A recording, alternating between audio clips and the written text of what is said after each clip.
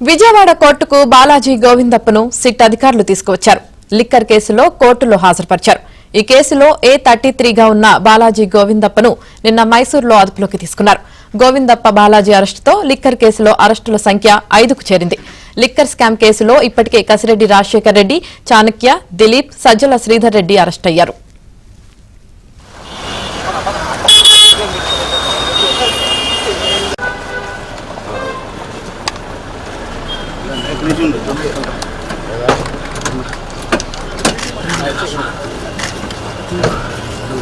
తమ్ముడు ఒకరు దిగి వెనక చూడండి ఒకసారి.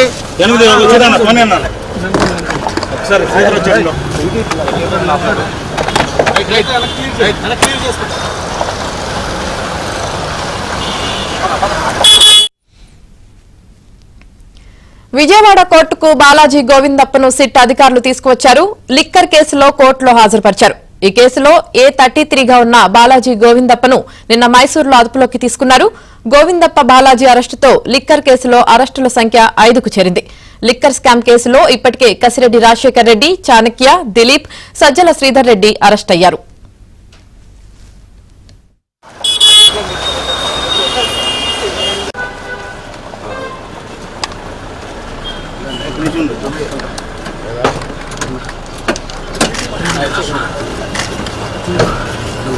తమ్ముడు ఒకరు దిగి వెనక చూడండి ఒకసారి. తమ్ముడు ఒకరు దిగి వెనక చూడండి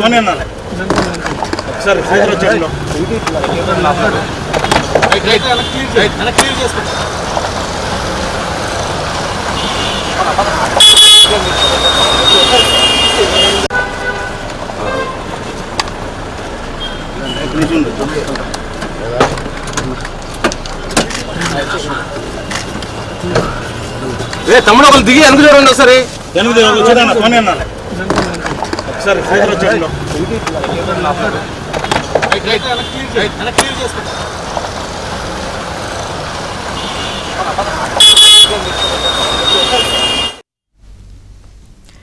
విజయవాడ కోర్టుకు గోవిందప్పను సిట్ అధికారులు తీసుకువచ్చారు. ఇక ఇదే విషయానికి సంబంధించి పూర్తి సమాచారం మా ప్రతినిధి ప్రసాద్ అందిస్తారు. ప్రసాద్, ఆమెని మా గత వైసీపీ ప్రభుత్వంలో మద్యం కుంభకోణాలకు సంబంధించి సిట్ అధికారులు సంచలన విషయాలను వెలుగులో తీసుకొస్తున్నారు. ఎందుకంటే ఇప్పుడు దర్యాప్తును ముమ్మరం చేసిన నేపథ్యంలో ఈ వ్యవహారంలో మొత్తం పాత్రధారి సూత్రధారిగా ఉన్న కేసీరెడ్డి రాజశేఖర రెడ్డిని అరెస్ట్ చేసిన తర్వాత ఇందులో చెప్పిన సమాచారంతో పాటు ఇందులో ప్రమేయం ఎంతవరకు ఉంది, ఎవరెవరికి ఎంత పాత్ర ఉందనే అంశాలపై కూడా కీలకమైన సమాచారాన్ని రాబట్టారు. అందులో భాగంగానే ఇప్పటి వరకు కూడా నలుగురు అరెస్ట్ చేయగా వారందరూ కూడా కస్టడీలో తీసుకుని కోర్టు ఆదేశాలతో విచారణ కూడా చేపట్టారు. వారు ఇచ్చిన సమాచారం మేరకు ఆ రోజు మద్యం పాలసీకి సంబంధించి ప్రధానంగా జగన్మోహన్ రెడ్డి ఆదేశాలతోనే ఆయనకు అత్యంత సన్నిహితంగా ఉన్న ధనంజయ రెడ్డి, కృష్ణమోహన్ రెడ్డి, బాలాజీ గోవిందప్పలు మొత్తం వ్యవహారాన్ని చక్కబెట్టారని, ఎవరెవరికి ఈ డిస్టరీ కంపెనీని అప్పచెప్పాలి, ఎవరెవరికి అధికారులను ఎక్కడెక్కడ నియమించాలి, వారి ద్వారా ఏ విధంగా వసూలు చేయాలి, ఆ వసూలు చేసిన డబ్బులు ఎట్లా పంపించాలనే అంశాలపై ఈ ముగ్గురు దగ్గర నుంచి కూడా సమాచారం ఉంది. వీరి ద్వారానే బట్వాడా అయిందని కూడా నిర్ధారించారు. అందులో భాగంగా వీళ్ళ ముగ్గురిని అరెస్ట్ చేసేందుకు కూడా చిట్టధికారులు ప్రయత్నించారు. అయితే వీళ్ళు ముందస్తుగా సుప్రీంకోర్టుకి వెళ్తాం, తద్వారా సుప్రీంకోర్టు కూడా ఒక దశలో రిజెక్ట్ చేయడం కూడా జరిగింది. అయితే నిన్న అనూహ్యంగా 3 రోజుల నుంచి కూడా వీరు తప్పించుకుని తిరుగుతున్న నేపథ్యంలో సిట్టు అధికారులు ప్రత్యేక బృందాలు నియమించారు. ముగ్గురు కోసం గాలింపు చేపట్టారు.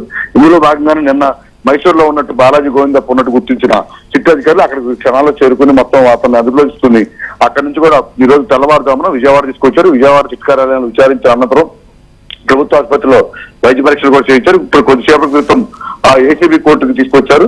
మరి కొద్దిసేపట్లో న్యాయాధికారి హాజరుపరిచేందుకు కూడా అధికారులు సిద్ధంగా ఉన్నారు. ప్రధానంగా ఈ కేసుకు సంబంధించి చూస్తే మొత్తం బాలాజీ గోవిందప్ప కీలకంగా వ్యవహరించినట్టు కూడా ఇప్పటికే సాక్ష్యాలు కూడా సేకరించారు.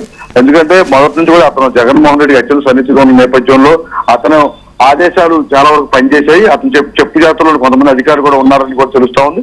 అంతేకాకుండా ఈ రోజు ఈ ధనంజయ రెడ్డి కావచ్చు, కృష్ణమోహన్ రెడ్డి కావచ్చు, ఈ ముగ్గురు, ఎందుకంటే కసిరెడ్డి రాజశేఖర రెడ్డి మొత్తం తానే వ్యవహరించినప్పుడు కూడా కొన్ని విభాగాలకు సంబంధించి వీరే మొత్తం ఇన్ఛార్జీలుగా తరహాలో వ్యవహరించినట్టు మీరు చెప్పినట్టుగానే కొంతమంది అధికారులు పనిచేసినట్టు కూడా కీలక సమాచారాన్ని అధికారులు రాబట్టారు. వారి ఇప్పుడు ఈ గోవిందప్పను విచారించడం ద్వారా మరికొంత కీలకమైన సమాచారాన్ని రాబట్టే అవకాశం సిట్ అధికారులు భావిస్తున్నారు.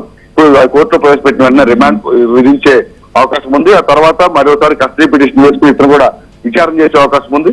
అదేవిధంగా ధనంజయ రెడ్డిని కిట్టమోహన్ రెడ్డి వరకు సుప్రీంకోర్టు శుక్రవారం వరకు కూడా ముందస్తు అరెస్టు చేయొద్దంటూ ఆదేశాలు ఇచ్చిన నేపథ్యంలో ఆ తర్వాత వీరు కూడా వారిద్దరిని కూడా అరెస్ట్ చేసి విచారణ చేస్తే ఈ మొత్తం మద్యం స్కామ్ సంబంధించి అసలు మొత్తం అసలు ప్రధాన బాస్ ఎవరనేది దానికి సంబంధించి ఏ విధంగా సాక్ష్యాలు సేకరించిన అంశాలపై కూడా సిట్ అధికారులు ప్రత్యేక దృష్టి సారించారు. అందుకు అనుగుణంగానే అడుగులు వేస్తూ ఒక్కొక్క కీలకంగా ఎవరైతే వ్యవహరించారో గత 4 ఏళ్లలో ఈ మొత్తం మద్యం పాలసీ దగ్గర నుంచి వైసీపీ ప్రభుత్వం పడిపోయేంత వరకు కూడా మొత్తం మద్యం సంబంధించి ఎవరెవరు కీలకంగా వ్యవహరించారో వారందరూ కూడా అరెస్ట్ చేయడం ద్వారా మరింత సమాచారం రాబట్టడం ద్వారా మొత్తం మద్యం కుంభకోణం అసలు ఎన్ని వేల కోట్ల చేతులు మారాయి, మొత్తం చేతులు మారిన ఆ డబ్బు మొత్తం కూడా ఏ విధంగా ఏ రూపాయలు ఎవరెవరు చేతి జరిగిందన్న అంశాలపై ఒక్కొక్కటిగా చిక్కుముడి ఇప్పుకుంటూ వస్తున్న నేపథ్యంలో తాడేపల్లి పాలసీ కూడా ఇప్పుడు చర్చ నడుస్తున్నట్టు తెలుస్తోంది. ఇప్పుడు గోవిందతో పాటు కీలకంగా ఉన్న 4 కూడా విచారిస్తే తప్పకుండా అసలు సూత్రధారులు కూడా అరెస్ట్ చేసే అవకాశం ఉందని కూడా భావిస్తున్నారు. ఈ మరి కొద్దిసేపట్లోనే ఇతన్ని కోర్టు ఎదుట హాజరుపరుస్తారు. Yamini. Right, thank you Prasad.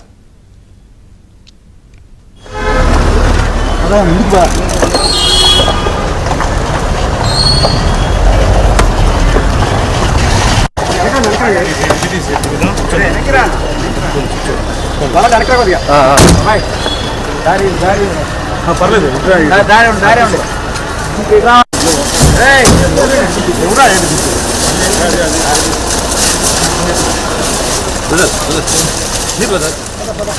Time అయింది.